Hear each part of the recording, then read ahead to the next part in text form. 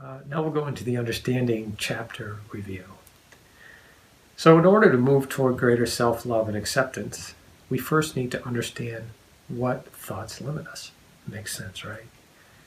But the source of our fears and negative self-thoughts are often hidden in our subconscious mind. And why is it hidden in our subconscious mind? Because it's too painful to think about. So we are smart as humans. We develop these abilities to block out painful feelings so we can get on with life. Okay? That's a survival instinct. So the subconscious mind contains both instincts and conditionings from our childhood, these self-beliefs that arise from our experiences. So the reason why a lot of our instincts are there, they need to be automatic. They need to be, especially things like fight, flight, or freeze, because if you had to think about those things, you'd be dead already. So instincts are pretty much automatic, and they're in your subconscious mind. You don't have to think about them. What you find is that a lot of our negative conditioning, a lot of our painful experiences, we put that down in our subconscious mind too, because again, it's difficult to think about. And it's painful, and we don't want to subject ourselves to that pain.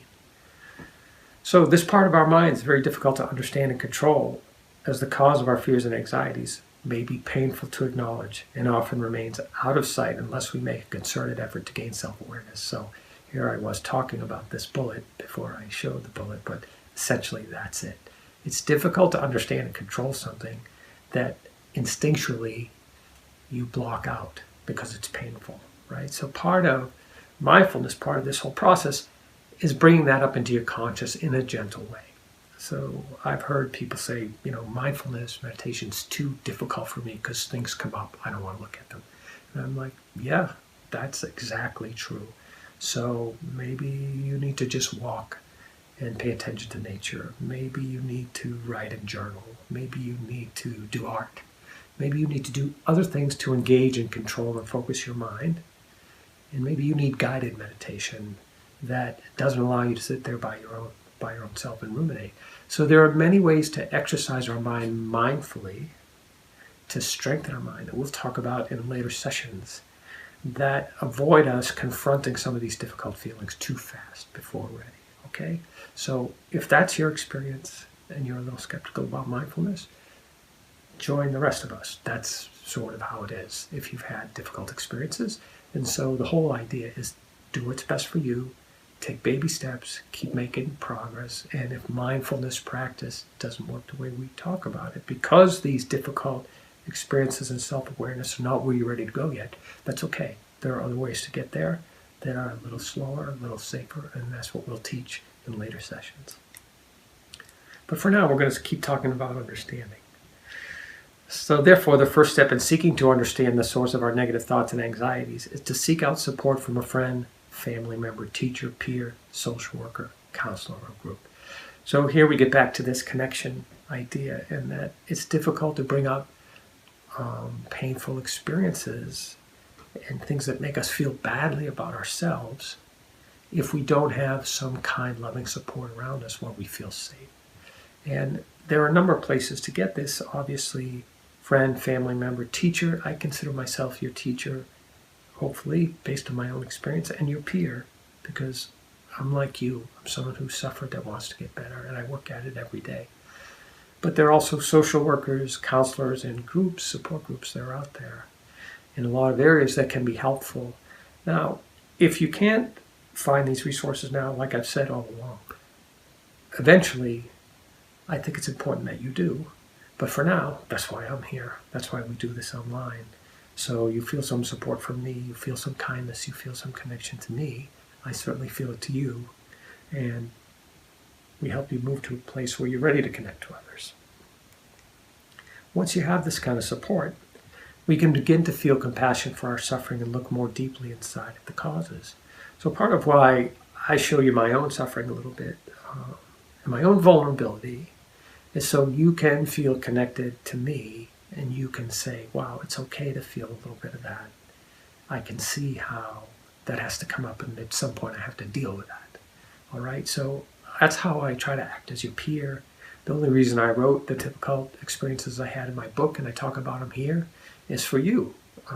It's not for me. I don't have a need to do it. It hurts a little when I do it, right? Just like it hurts for you. But I realize it's the only way to really reach you and connect with your pain is to show you a little of my pain, okay?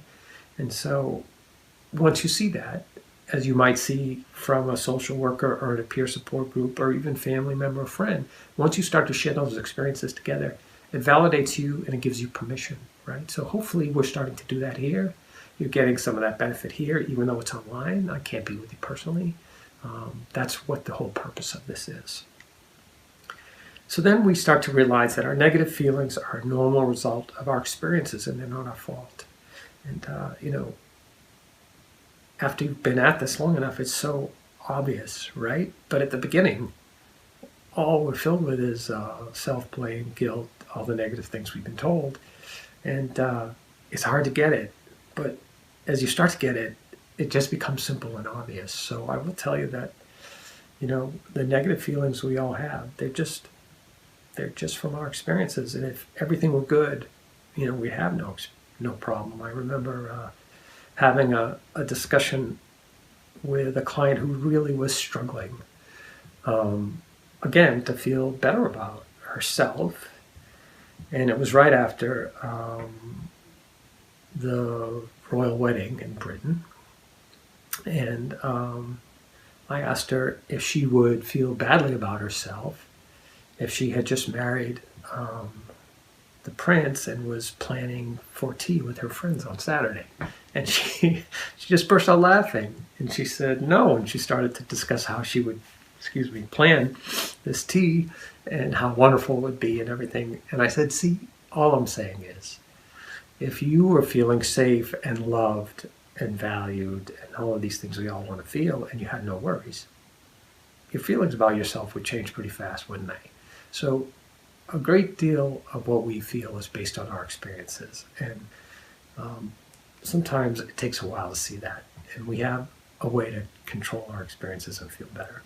So with support and understanding, we can begin to move towards self-love and self-acceptance.